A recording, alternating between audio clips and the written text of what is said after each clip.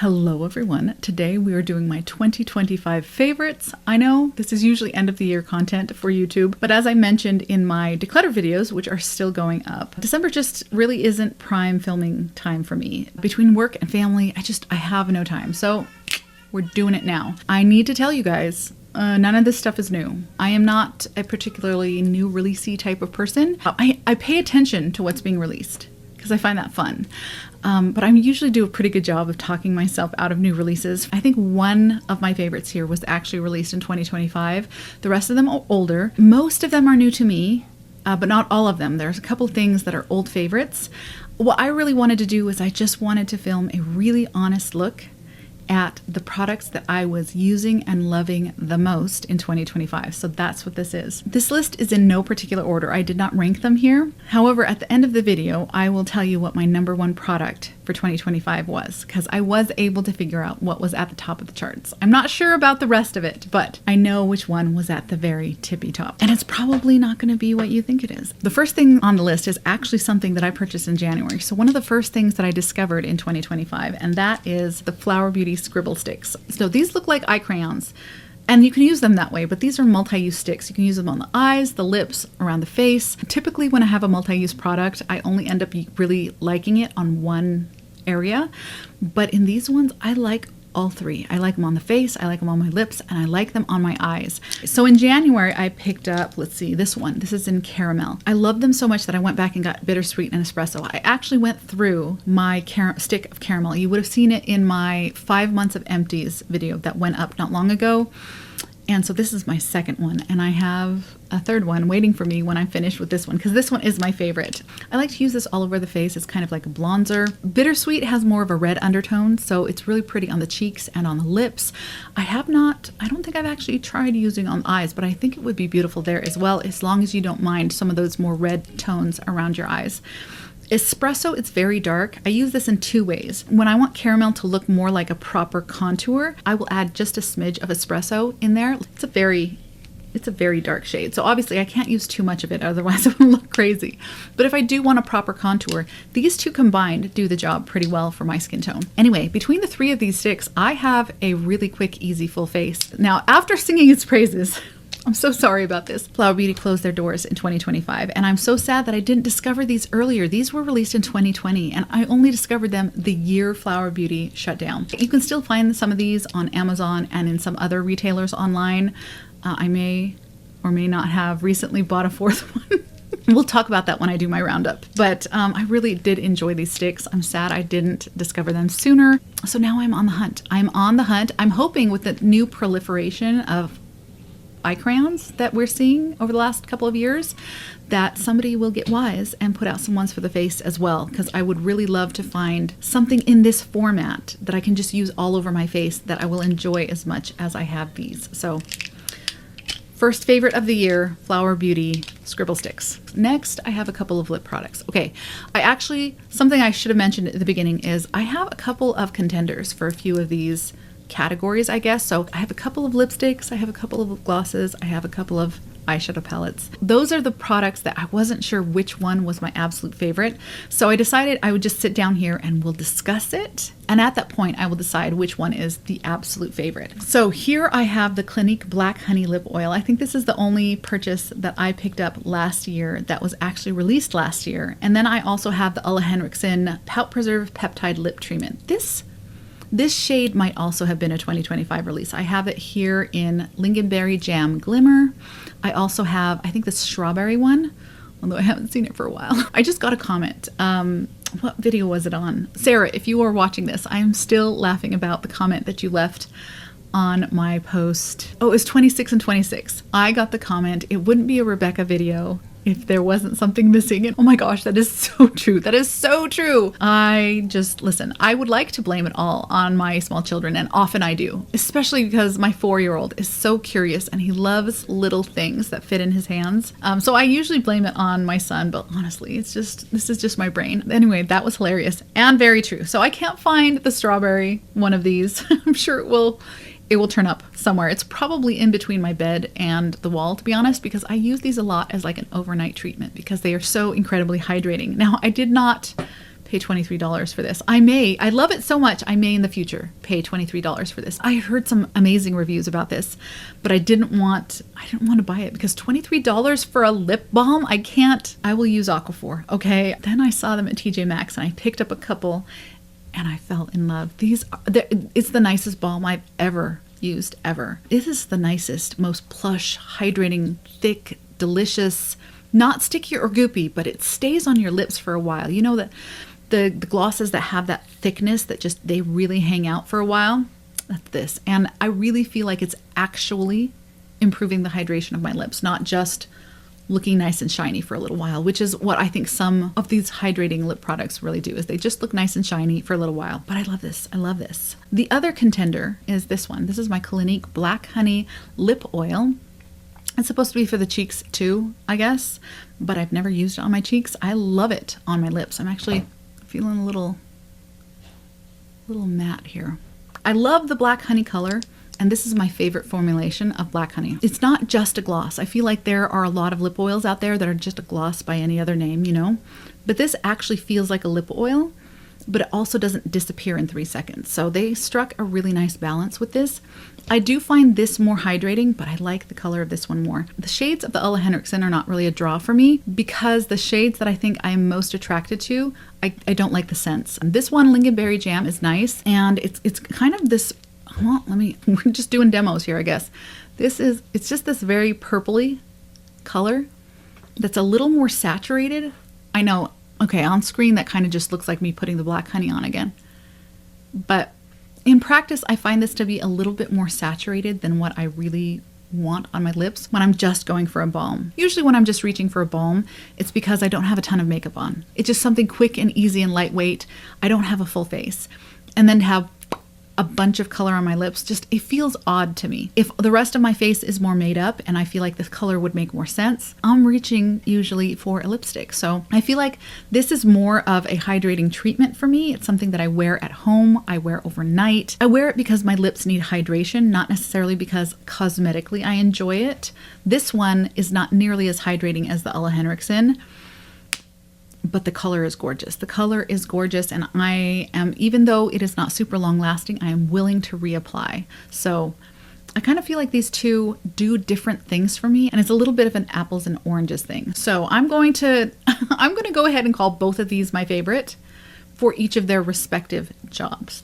Anyway, these are my favorite hydrating lip products of 2025. Really enjoy both of them. So worth the purchase, and will probably repurchase when they are gone. I might even pay the full $23 for one of these. And honestly, for someone who stopped buying the Laneige lip sleeping mask because Aquaphor does just as well, that's kind of big. The next product I have on my list is this little thing here. This has been on my lips constantly over the last couple of months because I am in love with this. This is the NYX Suede Matte Lip Liner in the shade Moonwalk. Okay, I have to give credit where credit is due because I didn't know she existed until I came across a specific content creator. Her name is Chelsea. She goes by Endicott Makeup Artist on TikTok and also here on YouTube, although I think more of her content is on TikTok than is here on YouTube. She's delightful. Her personality just pops right out of the screen. It's just a joy to watch her. She has the most delightful Southern accent. And she turned me on to NYX Moonwalk. This is her favorite lip liner, and now it is my favorite lip liner. This is a beautiful liner. It is perfect if you want a properly cool-toned lip liner, but you don't want to go straight gray. I think I've talked about this before, but in the makeup world, we use one term to describe two things that are very different. We use cool to mean having more blue in it than it has yellow, okay? More towards blue than it is towards yellow. And we also use it to mean less saturation, which is grayer. These are two really different things. You can have something that's very cool and very saturated, not very much gray at all, just a very pure, bright color. And then some things are very gray, like MAC Stone. That has an enormous amount of gray on it. And depending on your undertone, it can just look straight gray. On someone who has a very desaturated skin tone, MAC Stone is gonna look like a rich brown color. I know that sounds wild, but that's how color theory works. I usually look for makeup that is both of them. A little more towards blue, but also has a little more gray. I need a combination of those two things in order for it to look flattering on my skin tone. This is both, but without a ton of gray. It's just got a touch of gray. So again, if you are looking for a lip liner that is properly cool, and I'm not just talking about cool on warm toned people or cool on neutral toned people, but cool on a cool toned person, okay? This is properly cool, but it's not gray. So if that's something you're looking for, NYX Moonwalk is your baby, okay? And she is now mine. Sticking with lip products, I have two here that I have been absolutely loving. One is Cool Teddy. I think I picked this up back in February of last year, January or February. It was early in the year. And actually, this is the other product that was released in 2025. I'm pretty sure Cool Teddy was a 2025 release, the beginning of 2025. And I picked this up not long after it was released. So I guess these two here, the Clinique Black Honey Lip Oil and the MAC Cool Teddy, they were the ones that I picked up pretty quick after release. MAC's Velvet Teddy has always looked on other people the way I want my lipstick to look on me, but Velvet Teddy is too warm. It just pulls orange on me. So when Cool Teddy came out, I had to have it. And I find this is just slightly cool. This is not a super cool tone, at least not on me. If you are very warm toned, it will be cool on you. That's just how colors work. This is Cool Teddy right there. And on me, I feel it looks, why does this hair look all snarly? It's like, seriously, get with the program. Ugh. On me, Cool Teddy looks more neutral. It might even pull slightly warm, but not enough to put me off. I feel like Cool Teddy gives me the look that I feel Velvet Teddy gives to other people. I have really enjoyed this lipstick so much. I used the heck out of it toward the beginning of the year. Still love it so much. Then toward the end of the year, I picked up this. This is Huda Beauty's Power Bullet in the shade Interview. Man down. I just dropped her on the carpet and now there is fuzz in, fortunately no dog hairs.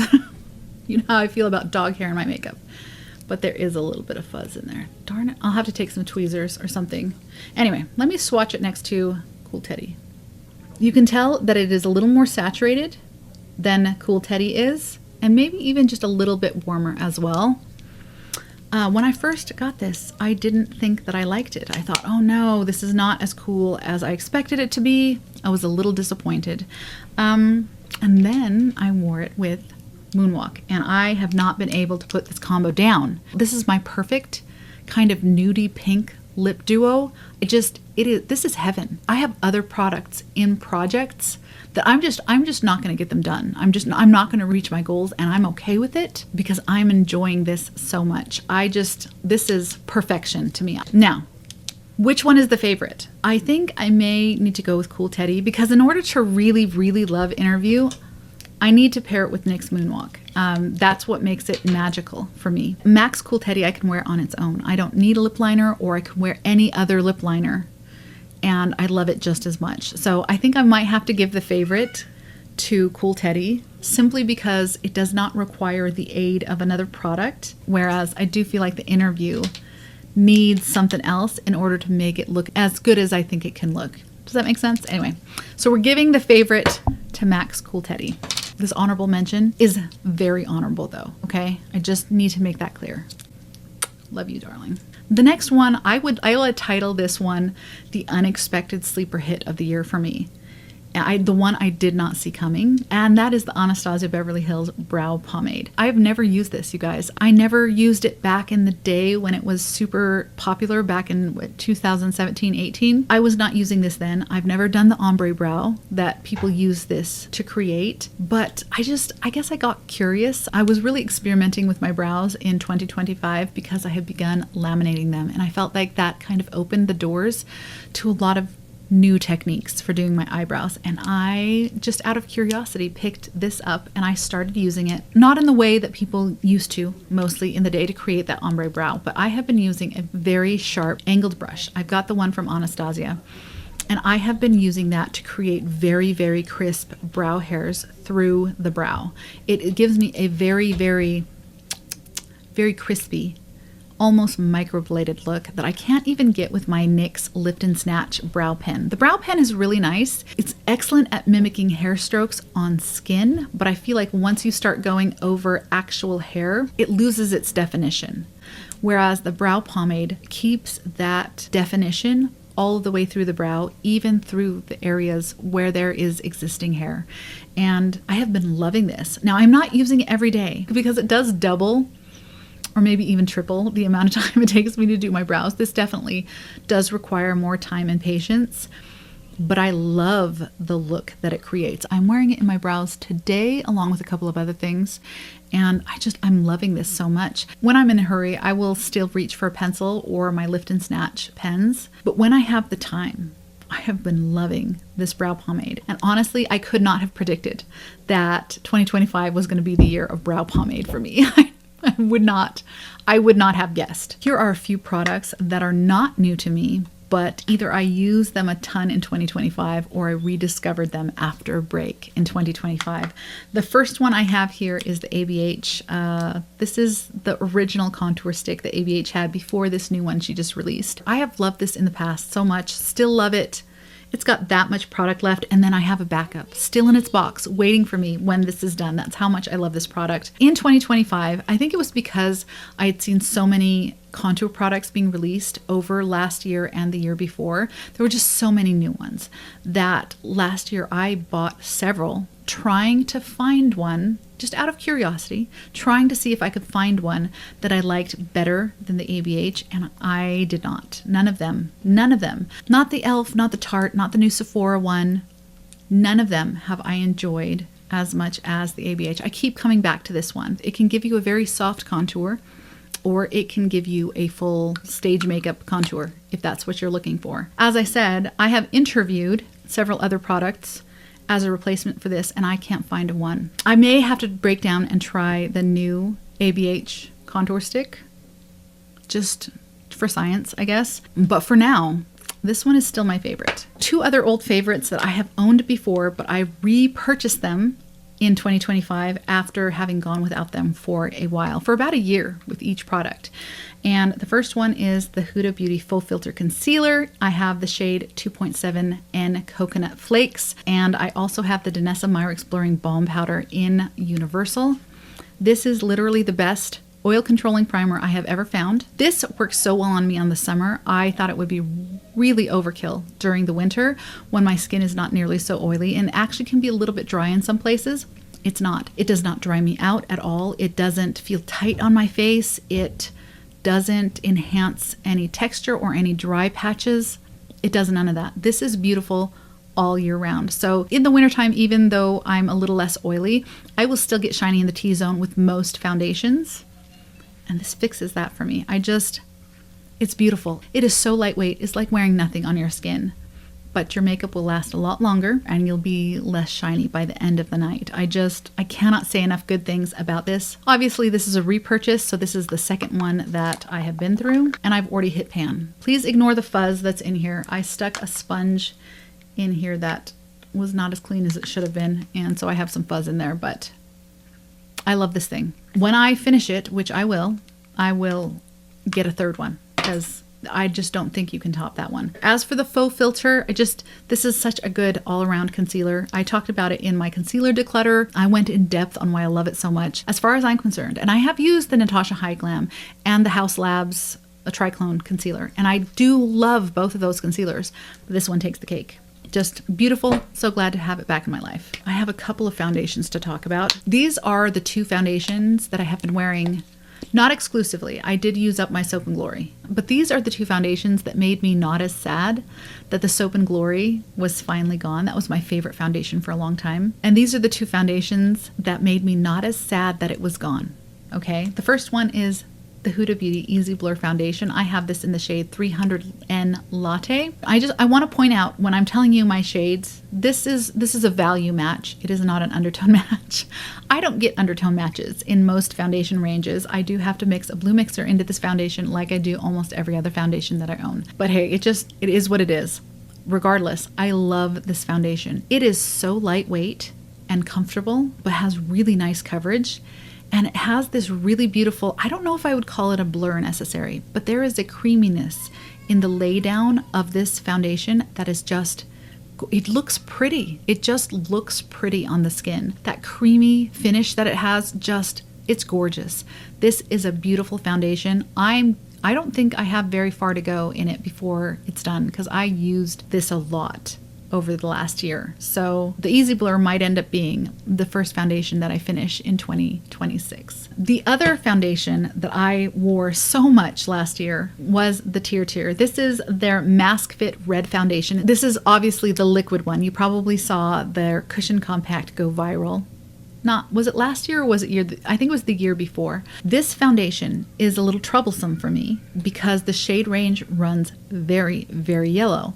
And very yellow foundations are more difficult for me to correct than foundations that are too pink. Because I have a cooler undertone, I need a cool olive. And adding just a blue mixer to a yellow foundation gives me a warm olive. So I had to go and get myself another mixer, a violet mixer, to add to this in order to get the undertone right. Now, what foundation could possibly be worth such effort? This one is worth that effort to me. I wore this all summer. I have combo oily skin that in the summertime, when it's up over 100 degrees, my skin is just oily. And this Tier foundation lasted longer and wore better on me than any other foundation I have ever used. And by a mile. This looked so much better at the end of the day than I had any right to expect from a foundation. I have a full review of this. It has my first application and 2 days of wear testing in a video I will link for you here. I think this is where you'll see it. I can't remember which side the cards pop up on, but somewhere on the screen I will link you my full review of the Tier Mask Fit Red Foundation. So if you're interested in that, go check it out. The shade range is a little bit of a barrier, and having to mix this with 2 different mixers is a little bit of an inconvenience for me. I'm sure that there are other people it would be more of an inconvenience for, but for me, the performance of this foundation makes it worth it. If you have a warm undertone, you're going to have an easier time finding a match in this foundation range, but I would 100% go for the cool shades. Even if you're warm toned, go for the cool shades. They will still pull warm, but not nearly as mustard yellow as the warm or the neutral shades. I do think there are some places where you can get some samples of the foundation to try on before you commit to a full-size bottle. I think Amazon was selling them there for a while. Tier might be selling them off of their site. They might be available in a couple other places. But yeah, if you have the opportunity to grab some sample packs and try it on before you commit to a full bottle, I would do that. Okay, so the question, which one wins? I think because of the difficulties with the shade range on this one, and because it is of most value to me during the summer, whereas the Huda, I would reach for this all year long. It won't last as long on me during the summer as this will, and it will definitely require more powdering and a little bit more touching up than this one does. But I do feel like of the two, I think this one is more versatile. I think this is just such a solid all-round foundation. I think this one has to have the top spot. Beautiful foundation. No notes. Face palettes. We're going to talk about face palettes real quick before we get to eyeshadow. I reached more into my face palettes in 2025 than I think I have any other year because I was doing a lot of traveling in the first half of the year, and in the second half of the year I just needed something where everything was right there. So I made really good use out of a lot of my face palettes. The 3 that I used the most were my Hourglass Ghost palette. I had that in a deck of panning and managed to make some really good progress panning some of those shades. And then I used my NARS face palette quite a lot as well. But the palette that I think stands out the most to me is this one. This is my Smashbox Cali Contour face palette. It has pretty much everything you could possibly need here. It has a blush here. You've got 2 highlights here in the middle, a matte highlight, which sets it apart from most face palettes.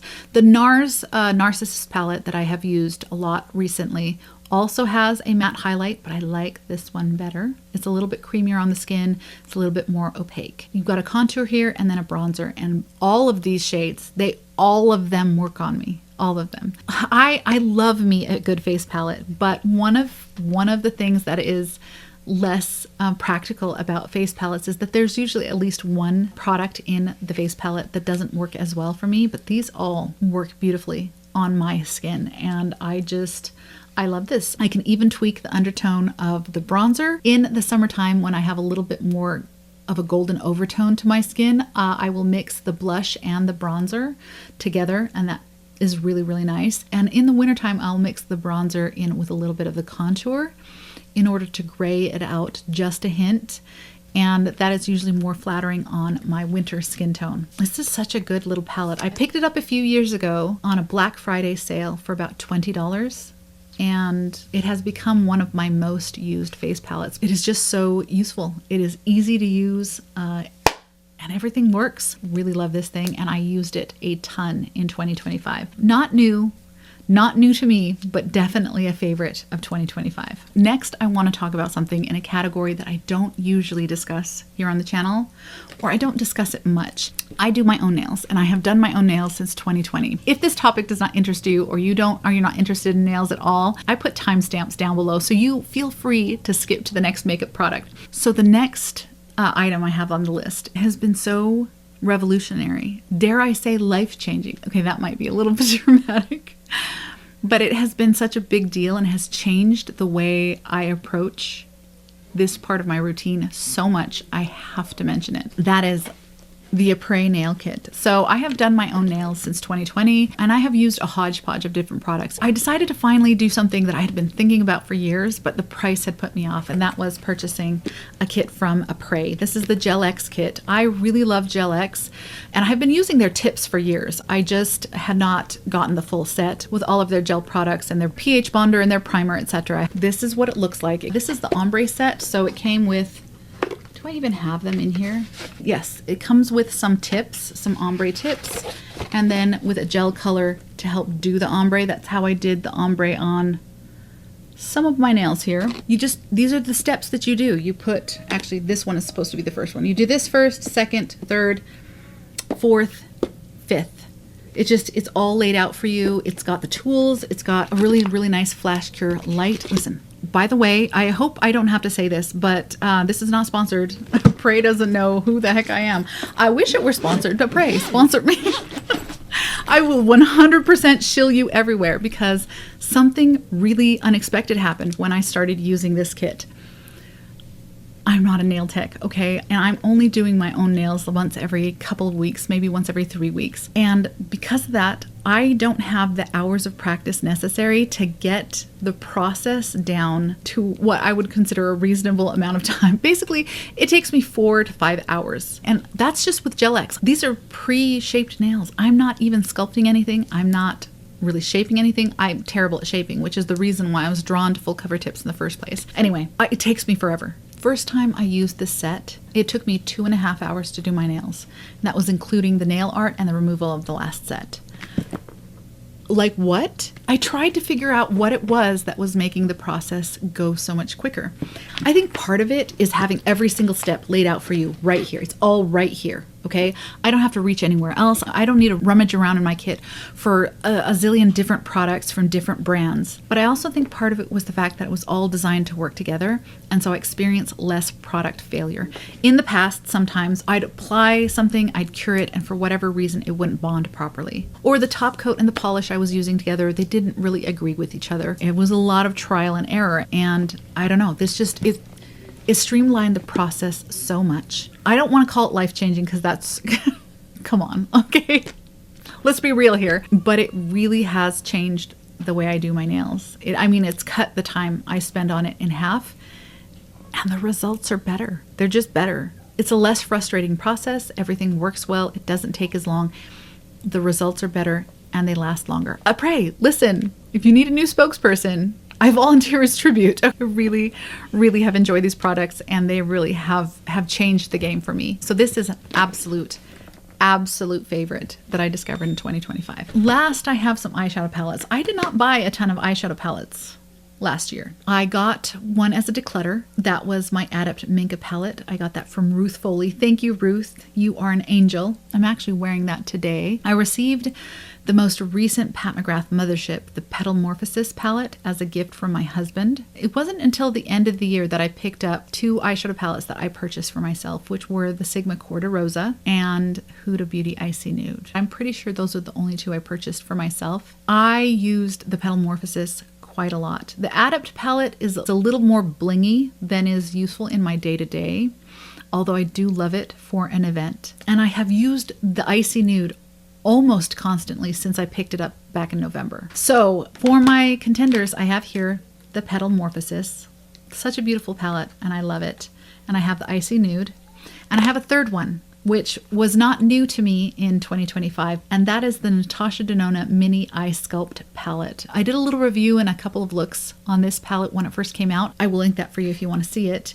This is such a useful little palette, and because it is so quick and it's easy and it's something that goes with everything, I reached for this palette quite a lot because I did need that. It was such a chaotic year for me. I really needed easy makeup, and this did that for me. The Petal Morphosis, I think this is the most excited I've been to receive a palette in a very, very, very long time. This color story just does something for me. Just looking at it, I just feel inspired and creative in a way that I haven't felt about makeup for a while. In a way that I'm kind of worried that I had lost a little bit. I've really, over the last couple of years, have started going into more and more very safe, very easy, very neutral makeup. And while that's not a bad thing necessarily, receiving this palette, it was very unexpected. My husband really, he's not great at keeping secrets, but he kept this one until it arrived. I haven't been this thrilled to have an eyeshadow palette in a long time. And I think it's because it's just something about this palette just makes me want to experiment and try new things and be crazy and do a cut crease and, you know, mix some of the shades with Duraline and create some colorful graphic liner. It gives me a desire to experiment with makeup in a way that I haven't felt for a while. So I don't think this has been my most worn palette of the year, but every time I open up this palette, I have that same feeling. What are we going to do today? What can I create out of this today? And I've so enjoyed having that feeling back. And I feel like that's kind of carried over to my use of makeup in general, like other palettes as well. What can we make out of this? What can I do that's different today than what I did yesterday? And I love that for me. And I love this palette for helping me access that again, that feeling of inspiration and creativity. So last, this is my Huda Beauty Icy Nude palette. I have been wearing this almost nonstop since I got it. I don't know if you guys remember, but I did a video, things I didn't buy in 2024, and this was one of them. I was tempted, but I didn't pick it up. I have the Huda Beauty Pretty Grunge, and there's a lot of overlap between this one and the Pretty Grunge. And a lot of these tones are very me. These dusty, mauvey, pinky, slightly gray colors, they do recur often in my collection. So this is not unique in my collection. There's definitely some redundancy here in this palette, but I picked it up because it was fun. I had a gift card to burn, and I just wanted to pick up something fun and pretty that I would enjoy playing with, regardless of how much sense it necessarily made for my collection. And that's what I did. I actually was considering the Natasha Denona I Need a Nude palette. When I picked this one up, I was trying to decide between the two of them because I do feel like the tones, there's some overlap there as well.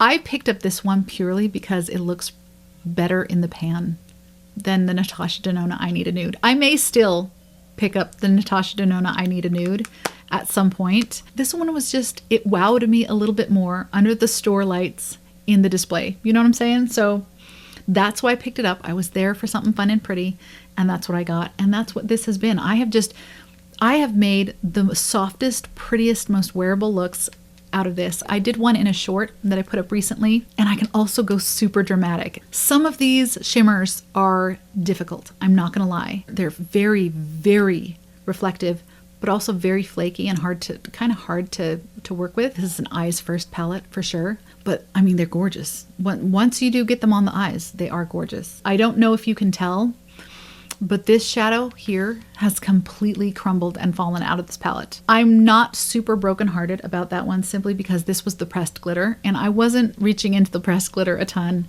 Anyway, I would prefer that a palette this expensive would not have, first of all, would not have a pressed glitter, and second of all, would not have one of the shadows just completely give up on me within the first couple months of owning a palette. I don't think there's any reason for that. So that is a little bit of a ding against this. But this is just so pretty, and I feel pretty when I wear it.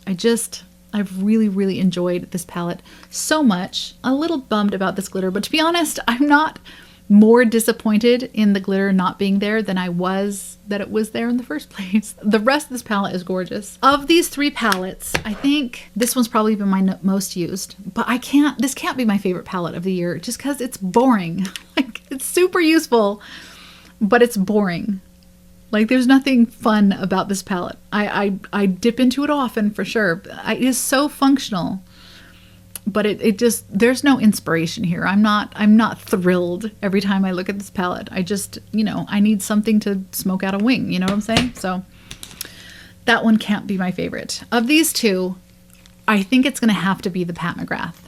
I think it's gonna have to be this one. Is this the best Pat McGrath palette? No. I don't even think it's the best one that I own. But it did something for me that all of my other eyeshadow palettes weren't able to do. And that was to sort of reawaken the creative side of my interest in makeup. And if we're going purely by how I felt receiving the palette, using the palette, and looking at it every time I open it, she is number 1 with bells on. Like, I mean, far and away, number 1. If we're going by uses, it's this one. But I think the Pat McGrath, I'm gonna have to put that in first place just because of how inspired I feel every time I look at this palette. Not just for using this palette, but for makeup in general. I don't know if I can put a price on that. So she takes the number 1 spot. I do want to mention my brand of the year just for sheer representation among my favorites and among the products that I have been really enjoying this year. And I've got to give it to Huda Beauty. Not only does she have the Icy Nude, the Interview lipstick, and the concealer, but I have another lipstick from her Girls Trip that I have been really enjoying. I've been using her matte metal liquid shadows, the ones that are now discontinued. I've been using those a ton this year as well. There have been so many products from Huda Beauty that have just been integral to my makeup routine all throughout 2025. So brand of the year, 100% Huda Beauty. What is happening? What? My hair is trolling me today. So I promised you guys that I would reveal my absolute number 1 product of the year. And it's probably not the one that you expect. I know I really sung the praises of this palette here, but I do have to admit she is a novelty palette. This is something I'm going to be picking up occasionally, on special occasions. But this one, NYX Suede Lip Liner in Moonwalk. This has fundamentally changed the way I do my makeup. I have a lot of lipsticks in my collection that almost work for me. I'll probably talk about this more at length when I do my lip product declutter, but I have a lot of lipsticks in my collection that almost work for me, but they don't sit quite right with my undertone. My undertone is a tricky one. Things do tend to pull just a little bit too warm on me, quite a lot, or a little bit too saturated, or a little bit too pink. They're just a little too something. I have done some experimenting ever since Moonwalk came into my collection, and the majority of those lip products that I could not make work before, they work with Moonwalk. There's something about this tone that it kind of acts as sort of a bridging shade between my skin tone and the lip color. That has enabled me to wear lipsticks that I could not get away with before. I could not, they didn't look good on me. With Moonwalk, they do. Seems very dramatic, but I feel like this lip liner has opened a whole world of possibilities to me in a very practical, everyday way. I'm 100% going to go through this pencil and probably the 3 others that I have purchased because of how this is working for me in making so many other lip colors also work. She also opened up a whole new world for me in kind of helping reignite my creative interest in makeup. But as far as the product itself goes, this is very much a once in a while palette. Well, this is an everyday lip liner, an everyday, twice a day lip liner. I can't get enough. And NYX, I swear to you, I swear I will come for you. If you dare discontinue this, I will come for you.